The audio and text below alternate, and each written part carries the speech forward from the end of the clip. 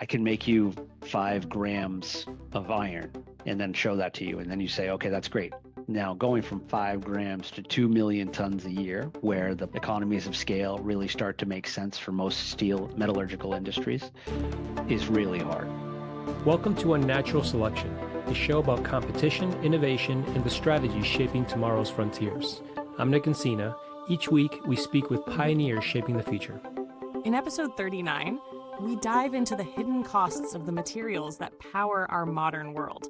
Precious metals, rare earths, and fossil fuels that keep everything from smartphones to clean energy running. But behind the shine lies a darker reality. Dr. Matthew Humbert, a globally seasoned materials scientist, joins the conversation to unpack the high-stakes world of resource extraction, where innovation is slow, margins are razor thin, and the consequences are often borne by the most vulnerable. From blood diamonds to oil fields, from Dutch disease to national security, we explore how geopolitical tension, economic dependency, and community exploitation are all part of the true cost of powering progress. Matthew Humbert is a globally experienced materials scientist and engineer with a career spanning advanced metallurgy, electrochemistry, and manufacturing innovation. An MIT-trained mechanical engineer, he began in the oil fields of Alaska before returning to MIT as a lecturer and researcher in materials science. He helped to launch Boston Metal, where he pioneered industrial-scale metallurgical reactors. His international work includes collaborations with CSIRO and Monash University in Australia, and a PhD from Swinburne focused on electrochemical metal reduction and materials modeling. He now serves as senior staff scientist at the Sadoway Labs Foundation, driving innovation at the frontier of materials science. Let's go. Matt, welcome to Unnatural Selection. Thanks for having me, Nick. Great to be here. I always start with the same question, simply to give listeners context, and also people love hearing directly from, in your words, the field that you're in. So could you please, in a simple way, explain to us what need or impact drives your work, and how do you view your role in addressing it? Sure, yeah. So my expertise is focused on converting mined minerals into metals. So the miners dig up the rocks, which are minerals, and then they crush them and sort them and try and do some processing on the mine site. And then they send it to a plant where those minerals and ore gets converted into metals. Traditionally, for most metals, that's done by burning the ore with coal. Mostly what we'll talk about today is iron, the iron industry, because that's the most accessible, and it makes up about 95% of all the metals produced or more. And then aluminum is the second biggest by weight or volume, whatever you want to call it. And aluminum also uses a fair amount of coal in their process, but also the introduction of electricity. And what I do is try and develop technologies that use that electrical energy that is taken from the aluminum industry and is inspired by the aluminum industry, and extend that into other metal production fields like iron. And that's what Boston Metal is trying to do. So I think, for me personally, it's a moral endeavor, trying to get away from coal. Iron and aluminum generate about 10% of the global CO2 emissions every year. And trying to keep that coal in the ground, I think, is really important to mitigate the climate risks as well as environmental impacts of coal mining. And I think, where the intersection of our abilities and society's needs are is where we want to be. And I feel like I'm right at that nexus. So over my career, that's what I've been focused on, and kind of different aspects of that, both the process modeling as well as reactor design and development, and then some starting towards industrialization and commercialization. And metals power nearly every part of modern life, from energy to technology to defense. How do you think about the strategic importance of metals from an innovation and national security standpoint? Yeah, most of the innovation in the United States and in the Western world is focused on emissions reductions. So iron is a pretty easy one. That the primary emission there is carbon dioxide, which goes to the atmosphere, and that's not great. Other metals, like rare earth metals, they have other emission streams. There, they have a more complicated process to go from the ore to the metal. Usually that involves things like hydrofluoric acid, sulfuric acid, and usually pretty high quantities. So for every ton of, say, neodymium for magnets that gets made, about 4 tons of acid gets produced that Wow. needs to be processed and neutralized. And those aren't big markets in terms of millions of tons per year. The neodymium market is in the hundreds of thousands of tons, so quite a bit smaller than steel, but that's still 400,000 tons of acid that needs to get handled, along with all the other byproducts there. So a lot of metals, iron being an exception, iron is we take as supplements from our multivitamins, but many metals are quite toxic to humans. Things like chromium, right? Hexavalent chromium was, where we live in Massachusetts, has been a big issue from the tanning industry about 100 years ago, or even less. Other metals like lead used in gasoline, that's quite toxic and damages the neurological development of children. So we want to try and when we mine minerals, when minerals are mined from the ground, they usually contain not just the elements we're looking for, not just iron, right? Maybe, or not just aluminum, or not just silicon. It has a whole spectrum of other elements in the minerals. And sometimes those, for important minerals like zinc, silver, those things, those trace elements can include lead, um, cadmium, other things that are toxic, arsenic, and during the processing where they were safe and stored in the ground below ground, when we dig that up, they kind of end up everywhere. So in the United States, we're trying to keep those elements controlled and contained, and that's where a lot of innovation is tried to be found. But there's challenges, which is technically, it's difficult to try and find new processing pathways. These processing pathways, metals have been used for a long time. The Bronze Age was a few thousand years ago. The Iron Age, 1,000 years ago. So we've got a long history of these developing this pipeline of production. So new chemistries are hard. It's a difficult industry to break into. And then usually when we do find new chemistries, they end up being a little bit more to a lot more expensive to implement. And that's why a lot of the metallurgical industry has been offshored. We get a lot of our critical minerals from China. We do a fair amount of production here in the United States, but the Western world has definitely shifted a lot of its resourcing and sourcing of materials and metals to other countries, to developing countries. Yeah, interesting. So it sounds like a big part of the innovation here in the US is around kind of like the environmental impact. Mm-hmm. Um, Whereas maybe in different regions, they might be trying to innovate more in the chemistry or the automation. Is that a fair assessment? Because obviously you can speak to the US, but are different countries and different segments of the world innovating on different frontiers, or is environmental impact generally of high interest across the world? It's generally of high interest. A lot of uh, countries are trying to kind of grow and adopt technologies that we've had in the United States that allow efficiency upgrades like automation, things like that. So I have some figures here which are pretty interesting. So the largest steel works in the United States, the Gary Works in Indiana, in 1972 employed 30,000 people, made 6.8 million tons of iron.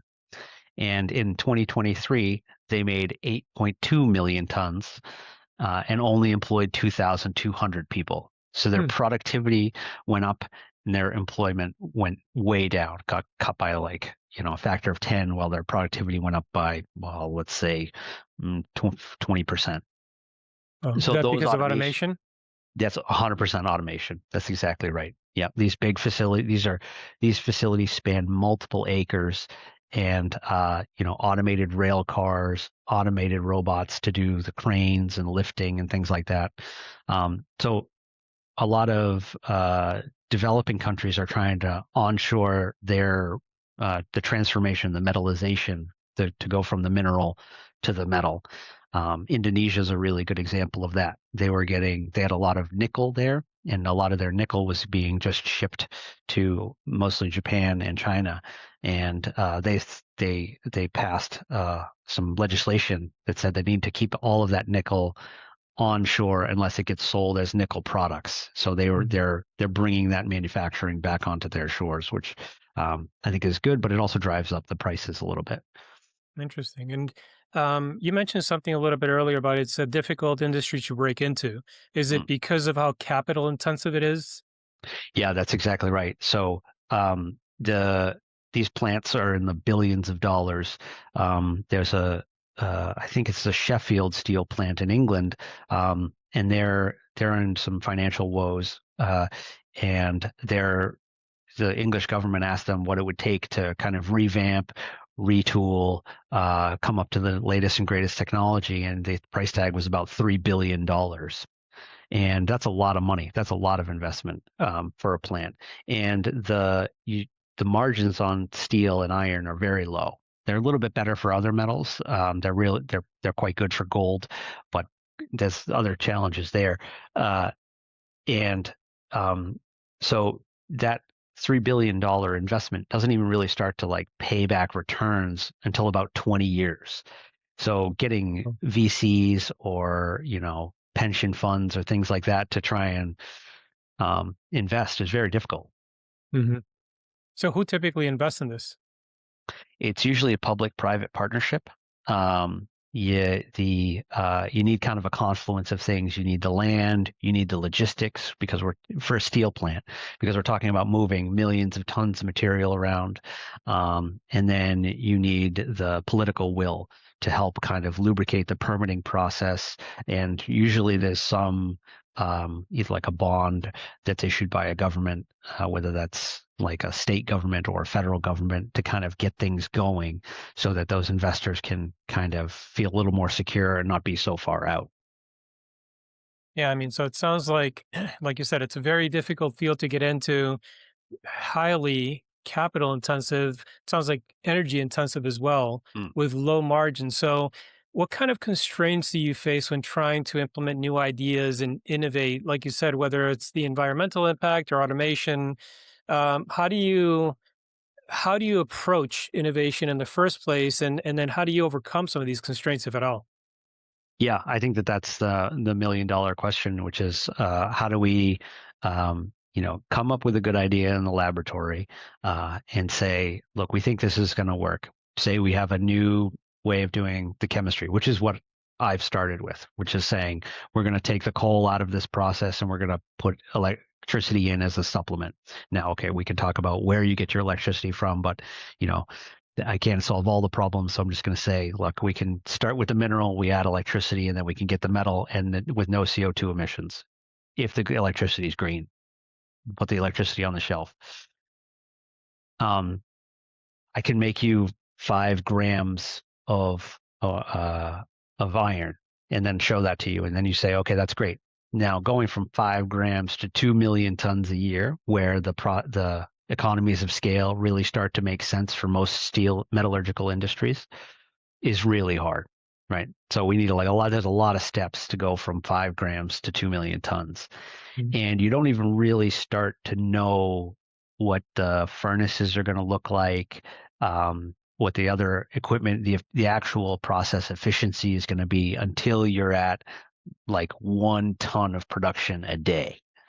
Now, just 1 ton of a day, so it's 300 tons a year to 2 million tons as a factor of 1,000. That's a big scale already. But Mhm. like making 1 ton of metal a day is also pretty difficult, right? You need a full team. These furnaces have to run 24 hours. There's appetite out there for it, and people are trying to do it. I work obviously Boston Metal is the canonical example there. But yeah, it's difficult and it requires a lot of investment. But I think that people, maybe I think the world sees that it is very important to try and do this, to try and keep that coal in the ground, and try and bring onshore, like to onshore that stuff. Because, these industries, if we can do these new, more quiescent, gentler processes instead of burning everything in a big blast furnace, we can keep we can reduce our emissions and make better quality material. And we're obviously talking a lot about metals here, but we extract a lot more from the ground. When it comes to extraction, there's obviously oil, which you've worked in. There are diamonds, which we've all heard about. Are all of these fields relatively constrained in similar ways? Did they differ? I'm sure there are some differences, but what you're saying right now about metals, does this generally apply to just extraction of minerals, period? Or is this very specific to a metals world? It's the processing steps I'm talking about are pretty specific for metals. The mining steps are pretty universal. Resource extraction. So the extraction is I think what you're asking out, and then the value added is what I'm kind of my field. Obviously, they're intimately tied because the quality of the mineral is a pretty good indicator of how much processing you need to do to get the metal at the end. Same way, the quality of your oil determines how much refining you're going to do to convert it into gasoline, or the quality of your timber if you're Canada or things like that. Or the quality of your corn, the quality of your soil if you're in the agricultural business. Resource extraction is again something that's dominated by scale. Certainly for oil, we see a lot of big multinational corporations that are dominating the oil production, the oil extraction space, and then we see a lot of private kind of refineries that can be, or more private refineries that are populating the world. And then we see even smaller distribution, like your gas station may be owned by just one person, right? They may not be franchised at all. And similarly in the metal space, where we see a couple of big companies that have enough engineering, enough political clout to come in and say, we're going to try and negotiate a mineral lease with a sovereign state to dig a hole in this part of the world. Australia is a great example, right? There's two big companies there, Rio Tinto and BHP, Broken Hill Prospecting, or Broken Hill Property. And they are the big miners out in Western Australia, and they are shipping out, I think last year it was 800 million tons of iron ore out of Western Australia. And they've been doing that for about 10 years. Wow. And if I can interpret what you said correctly, obviously correct me if I'm wrong, with how capital intensive this is, how difficult it is to break in, and just the size of the players in this space, it doesn't sound like there's tons of competition. Like, I'm sure they're all competing with each other, but there probably aren't that many players out there for iron or for oil. We hear about the companies. Um, so, number one, is that true? And then number two, it probably also depends on the resource, right? Because I've actually heard in some cases there's a rare material that's important for batteries or something that only China, say, produces. And so they're essentially a monopoly when it comes to that particular type of lithium or some other kind of a compound, right? Mm-hmm. Yeah, that's exactly right. Yeah, there's very few players, and they each kind of have their niche. There are 9 primary producers of iron in the United States. There are 9 facilities that take iron ore and convert it into iron metal. And that's making the 79 million tons of iron that we produce, virgin iron we produced last year. Actually, I think that's a bit less, but that's like a small market, right? So that means maybe it's not quite a monopoly, but it's a small market that's very closed off and opaque to analysis. There's a number of companies that have, just a mine, and sometimes they're vertically integrated. So sometimes they have a metallization plant. There's a company called Materion out in Ohio, and they provide all the world's beryllium. And they have a mine in Utah, and they mine it in Utah and truck it to Ohio, and they produce all the beryllium in the world. Beryllium's a very rare, it's not a rare element. It's just not a very widely used element. It's fairly toxic and used only really in aerospace, but it's very critical for those aerospace applications. Um, so yeah, you're exactly right. It's a hard industry to break into. Um, and are financial incentives or structural incentives common to reward companies for investing in cleaner or more responsible extraction methods? Or is this pretty much up to the individual conglomerates and organizations? Uh, there have been some incentives.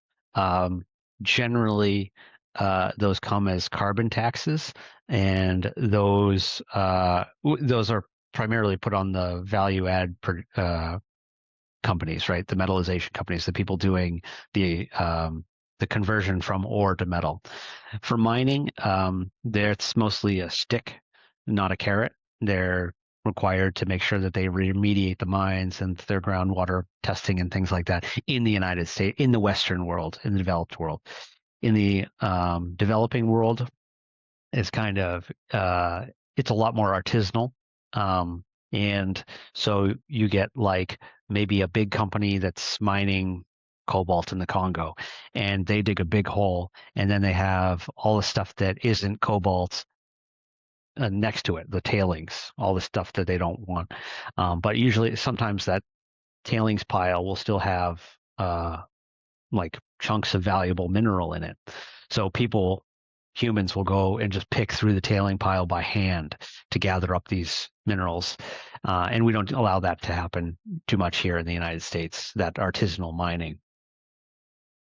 Interesting. And I'm not necessarily putting you on the spot because you and I have kind of talked about this before, but there are obviously age-old stories about the oil industry, the diamond industry with movies like Blood Diamond. There's a darker side to mineral extraction that may or may not influence metals, but there's certainly other parts of the field from stories about displacement of communities, environmental degradation, or labor exploitation. Um, can you comment a little bit on what that world looks like? I think that's something that people would find very interesting to know, kind of what's behind the Hollywood version that we hear. Yeah, for sure. It's sometimes it's called Dutch disease or the resource curse. Um, and it's this uh, kind of anomaly where when there's a very lucrative natural resource discovered in an area, um, the kind of labor force focuses on that resource, and then it doesn't develop its economy in other dimensions, right? So it doesn't develop services, it doesn't develop education or technology or tourism or things like that. Everyone just focuses on the mining or whatever, timber or things like that. And these are kind of the genesis of the boom bust towns that we used to hear about in the Old West and that are still happening in many parts of the world. So coupled with that is that uh, when these big players can come in with a lot of money to a disadvantaged community, like maybe a community that didn't really have a lot of resources or economic complexity to start with, and then come in and ask for land leases and things like that, the communities really have no way to say no, and they just kind of the mining companies will do their best, but they have a financial prerogative to do as little as possible that's their best. Hmm. So a lot of resource communities that extract resources are very impoverished, and we see that even here in the United States, right? The Tennessee River Valley is not an economically strong area, but that's where most of our coal that powers 70% of the electricity in the United States comes from. And other areas in the world are the same way. The Congo, Indonesia, Indonesia's kind of figuring it out, but there's a lot of remote communities that are really ill-equipped to deal with a multinational corporation flying in with lawyers and negotiations and just money coming out of everywhere. And it's hard to try and meter that and look 20, 30 years down the road when you want your kids to have a good education now. So, in the Western world, generally, those companies will try and come in and say, build a school or provide educational opportunities or things like that. But it really doesn't build enough infrastructure to be perpetual. The Norway has done a kind of the opposite, right? They've found massive amounts of mineral wealth in the last 100 years there, and have been doing a very good job of exploiting it and throttling that exploitation through nationalization, kind of this combined public-private partnership, but also developing a sovereign fund. And trying to kind of not leave anyone behind. Alaska does a similar thing with their permanent fund. So they have high taxes on the oil industry in Alaska, and that gets redistributed to the local people every year as part of their permanent fund. Unfortunately, there's other cases where things that didn't work out, like the Venezuela, where they nationalized their oil industry and just redistributed the wealth as much as they could, and didn't really invest in new ways to perpetuate their economy or grow their economy in different directions. Oh, So they're kind interesting. of like unstable at the moment. I didn't know that's what caused this collapse of Venezuela. Hmm. I was actually going to ask you about that. You mentioned the nationalization. Geopolitically, how does this play out? And I'm sure it's probably different by country, but let's say, for example, you find a gold mine somewhere in the US. Are there protective measures that only allow for US based companies to go in there and do all of the extraction and refinement? Or is that open bid for anybody? You could have a Chinese company coming in and taking over that space. How does that typically work? Is there any kind of level of nationalization and or protection locally? Uh, no, not really. Um, Not in the United States. And um, corporations can be global and also be incorporated in the country. So, like a great example that we're actually hearing about in the news right now is how Nippon Steel is trying to buy U.S. steel, and that deal got brokered by President Trump. Um, so they were there's some curious things there. We've in the United States, we don't really have any nationalized industries. Our defense industry is nationalized, but we don't have any like utilities that are nationalized or anything like that. So, we have municipal utilities. Some places in the world have like their own electric company. Some counties or towns and things like that. But also there's been all kinds of different reorganizations of those structures over the years. But it's Nippon Steel could invest in a corporation in the United States, or a Chinese company can invest in a corporation in the United States, set it up, bring the money over, and then engage in mining and then sell it on the open market. So there's a lot of metallurgical industries and these resource extraction industries will sell portions of their companies to their competitors, and that prevents kind of like them one or the other company price dumping the market. So they kind of it's a little bit of a Mexican standoff where everyone agrees not to do anything crazy in the market. Mm. Um, so it's a little bit cartel like, it's a little bit OPEC like, but it's not quite as bad yet, or they keep it a little bit more radar. No, that makes sense. And one, especially you said earlier that the margins are very small. So it's not like any one competitor can undercut the other ones by any significant margins to drive traffic. So it makes sense to have kind of like um, some kind of an agreement that we're all going to play fair, because otherwise it very quickly becomes a race to the bottom. Yeah. Yeah. And I mean, these are multinational corporations, so if they try and play those games over here, they might get burned over there. And mines have a finite life. The processing plants are, again, huge capital endeavors, and they want to keep keep them going as long as they can. But yeah, there's a lot of it's not collusion, but it's not collusion either. Yeah, like it's almost like a gentleman's agreement. You see it in OPEC. They generally all play by each other's rules. They have, I don't know, quarterly meetings. You know that deals and decisions are being made, and no single player there is interested in handicapping themselves or putting themselves at a disadvantage in the long term. So it just makes sense for all of them to um, abide by whatever guidelines they have. Yep. Yep. Exactly.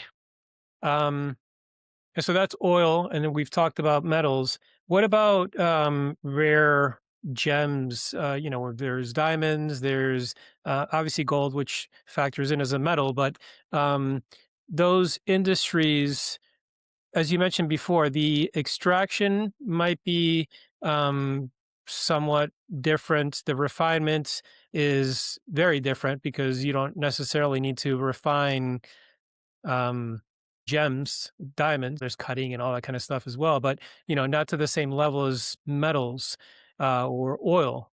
So, and those industries are equally known, if not more so, for kind of like that underside, that dark underbelly Yep. of the what you call Dutch disease.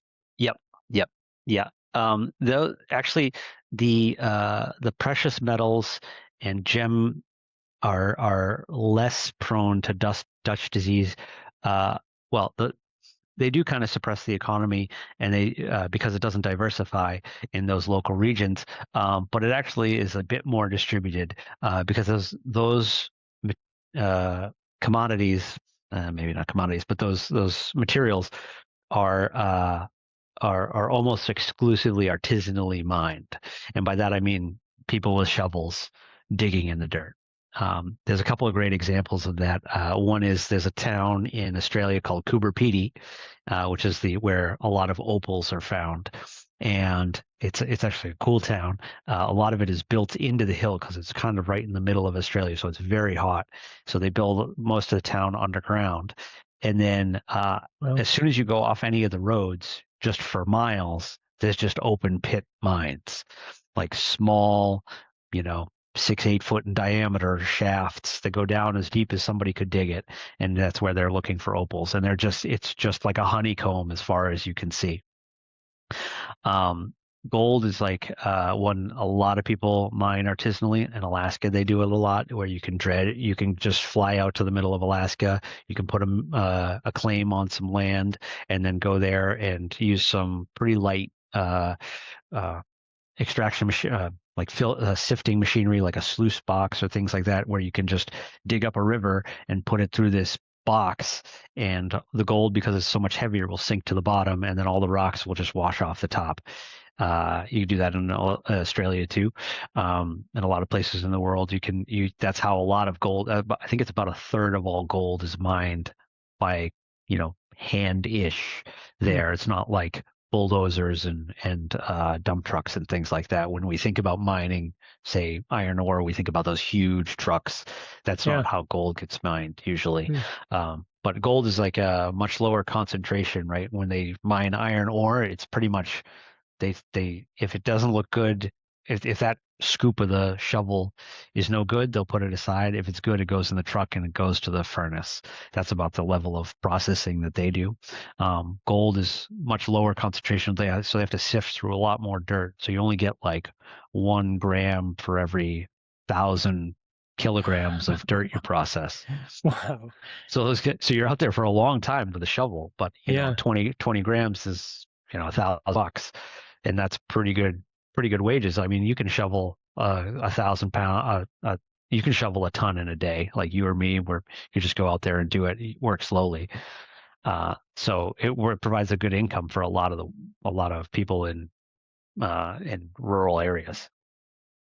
It's amazing. And if we if we look ahead, what do you see as the future of extractive metallurgy? Will innovation make it cleaner and more efficient? Sounds like innovation is a tough thing to take on in this industry. Or will scarcity, geopolitics make it more intense and high stakes? Um, uh, I think that geopolitics will force onshoring of a lot of the production that we need. Let's just talk about the United States mostly. Europe is doing. Europe is in a bit of a bind because they don't have as much natural resources, so they need to be a little bit more of a global player in terms of how they barter and trade for the things that they need. But the U.S., we actually have most of all the things we need to do anything we want. They recently opened our rare earths mine in California called the Mountain Pass mine, and that opened in 2023. Reopened. It has been there for since the 80s, but it kind of goes through cycles of closing and opening. California regulations are very difficult. The markets are up and down. All these things. But it opened in 2023, and now supplies about 1/8 of the world's rare earths. Oh. So it's like when you turn it on, these things are now available in the market, which is pretty cool. It's just like the market has to meet that threshold for profitability. Some people need to sit down with some spreadsheets and go for it. So I think we're going to bring a lot of that onshore in the next 10, 15 years, where we're starting to make the metal in the United States. What are we for high value metals? Rare earths for magnets, things like that. Iron and steel, that's mostly driven by infrastructure. So are we putting up a lot more do I see us putting up a lot more new skyscrapers? Probably not. Steel is also the most recycled material in the world. It's very easy to remelt, reprocess it, or send it back out as maybe not the same high grade product, but there's a lot of the difference between high grade steel and low grade steel is big. So there's a lot of intermediate steps you can kind of funnel down through. What's it based on? Is that impurities that are introduced? Yeah, it's the alloy composition, right? It's hard to it's easy to mix things together. It's hard to unmix them. So, rebar is probably the lowest value material, and that's whatever scrap you have, you can turn it into rebar and it'll be fine because the impurity specifications are so broad. Something like high-speed rail line needs to be reasonably well characterized, needs to be tight tolerances because you have high loads. You definitely don't want that stuff breaking. Bridge girders, there's other plates for sides of battleships. Those things need to be or refinery piping for refineries, things like that has to be like quite high grade material. So we'll probably and we're seeing that in the West in Europe right now. France is actually shutting down the last of its blast furnaces now, so there'll be no more virgin or iron ore to iron metal production there. And what they'll do is just go to a complete scrap industry where they'll just recycle whatever they have. And that's probably pretty good. If you're only using 15, 20 million tons of steel a year, that's not a lot you don't need a big plant, as big a plants for that recycling operation. China's slowing down, China makes more than half of all the steel in the world every year. They're kind of like a little bit up and down, but their year-to-year swings are bigger than the U.S. annual production, and we're like number 2 or 3 in the list of countries that produce steel, right? So it's like China, India, us. And the fluctuations in China are as big as our entire output. Wow.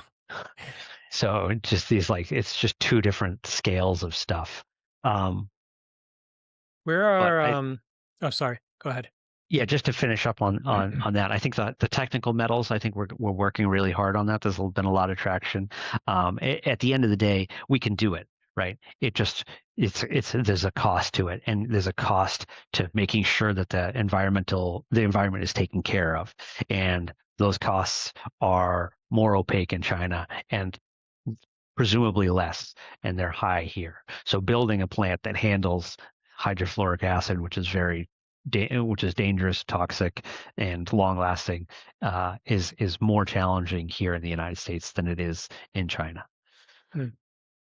Geopolitically, how are big players positioning themselves. So one thing that I read about with regards to the war in Ukraine was the interest in the minerals found there, especially many metals. I think the U.S. was trying to negotiate defense for rights of access to some of those. Um, if we think about places like the Ukraine that have these resources, or places on Earth that are becoming more exposed, maybe by virtue of climate change, what's the future look like from that perspective? Are there going to be areas that are going to be the focus of attention for these big conglomerates over the next few years, or countries that have not been tapped that will likely be more of a focus for these organizations, or have resources been identified at this point and the players are where they're going to be? Yeah, I think these conglomerates look at the resource availability and the local kind of government, um, and try and find the intersection of the most opportunity there. So they want people that are governments that are safe, where they can be protected by laws, but governments that aren't so well established that they're getting into the nitty gritty of, to just every drop of oil that comes out of the gearbox of a 400 ton truck. They don't want like environmental regulators out there because it's, they want to try and minimize those kind of overheads. Um, and so I think they're looking mostly at Central Asia right now. There's a lot of exploration in Central Asia, and I think you know, as that region's, it's not quite the Middle East, it's not quite India, it's not quite China. It's just kind of a little bit nebulous of what's going on there. It's a little bit unstructured. The governments there are kind of coalescing after a bunch of kind of proxy wars over the 80s and 90s. And they're starting to really look for ways to gain some more revenue, and these multinational mining companies are ready to go in there and start helping exploit those resources. Mm. Africa's always been on the radar, but and there's we're seeing a lot more of that too. There's actually been quite a number of metallization plants showing up there. Zimbabwe just opened a few years ago a big zinc smelter, and they're starting to do that. But the logistics of moving materials in and out of Africa are a little bit difficult. They don't have a lot of good shipping ports. Mm. So you kind of have to maybe the one country has the smelter, but they have to get it through another country to get to the port. And that makes the logistics a little bit challenging. And then, yeah, they're still working on that kind of stabilizing those governments are still stabilizing there. So it's always 20 years in the future, it seems like. Hmm. So it's so interesting, and you operate in this world shaped by physical limits, global competition, local consequences. From your vantage point, Matt, what's one enduring truth about survival and competition in this industry, whether of a company, a nation, or a resource, that most people don't understand about this field until they're in the middle of it? Um, there's you're trying to cut up well, so there's two things, right? Like one, let's break that question into two answers. First, we'll talk about the mining, which is everyone's trying to figure out how to take a cut of whatever is found. These are found resources, and that's really hard because it can, it's tough to understand the consequences of those decisions, and and when you're trying to build some kind of uh, collective infrastructure, some kind of representative, legislative, democratic way of distributing the wealth from this sovereign wealth, uh, that gets real sticky. There's a lot of competing interests. You hear a lot of different things, right? You're really when those multinationals show up, they're like, we don't need to do this today. We'll wait till your kids Hmm. need it. And then, their kids, like, we'll just wait until we'll wait you out. We'll starve you out, essentially.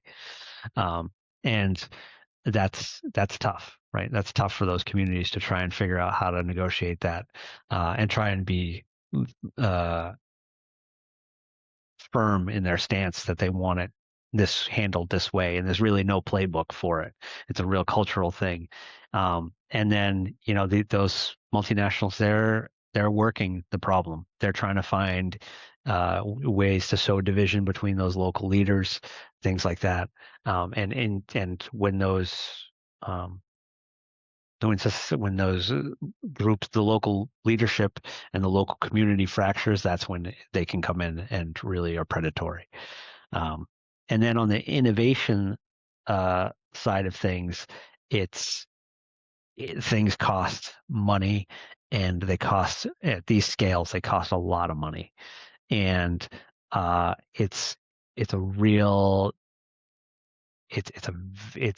hard to get all the right people, money, technology in place. And then you're still, even if you prove it out, there's still no guarantee for adoption, right? Like, I came to you and I said, look, I made this piece of steel. It's great. Costs the same as the other piece of steel that you're already making. The next plant you buy, you should use this technology. And they're like, great. In 20 years, when I need a new plant, I'll come buy that technology. Maybe, or maybe not, right? Because they don't know. There's still, there's a lot of people who are trying to sell new ideas, and there's a lot of promises, and it's very hard to shake out what the actual truth is going to be at scale. There's all these unintended consequences that can happen. Like, if you need a certain chemical to do your process, and you're like, oh, I can just order that from the local chemical supplier. They charge me $5. And then when I say I'm going to need 1 million tons of that, I just take $5 and multiply it by 1 million. And that's how much it's going to cost me, 5 million. But it turns out there's not $1 million, 1 million tons of that stuff available in the world, right? So, like, the price goes up when there's more demand. So you're actually, like, impacting the demand curve of some of your reagents when you're trying to go to scale. Yeah. So that's how things, you can be like, oh, actually, when I want to buy, half the state of Rhode Island's dirt, they're going to charge me for it more than if I was just there to get a dump truck full of sand to put on the roads. I mean, your own activities influencing the market. Exactly. Yeah. Yeah. Wow. That's incredible. I mean, this has been such an eye-opening conversation, Matt. It definitely sounds like a fiercely competitive space from so many different angles, and which is filled with challenges at every single stage. But I think the work that you're doing and trying to innovate in this space, and especially the focus on making things more environmentally responsible and more efficient is admirable. And I really look forward to seeing where this industry goes, because obviously it's something that impacts all of us across the entire planet. So with that, Matt, it's been a pleasure to have you here. Thank you so much for sharing your insight and your experience, and for sharing this with the rest of the audience here on Natural Selection. Yeah, thank you, Nick. It was a great chat. Call back anytime. That was Matt Humbert. Now, unnatural signals. What Matt is really working on isn't just cleaner metal. It's a new starting point. He's not tweaking efficiency, he's changing the chemistry underneath the entire process. The signals that we're archiving are: some innovations don't improve a system, they replace its foundation. The hardest part of deep tech isn't invention, it's scale. The jump from lab to factory is its own survival test. And energy choices are now geopolitical choices. Matt's work feels slow only because the problem is massive. This is what long-game innovation actually looks like. Thanks for listening to Unnatural Selection. If you enjoyed the episode, subscribe, leave a review, and share it with someone shaping the future. Explore more at unnaturalselection.net and connect with us on LinkedIn and Facebook.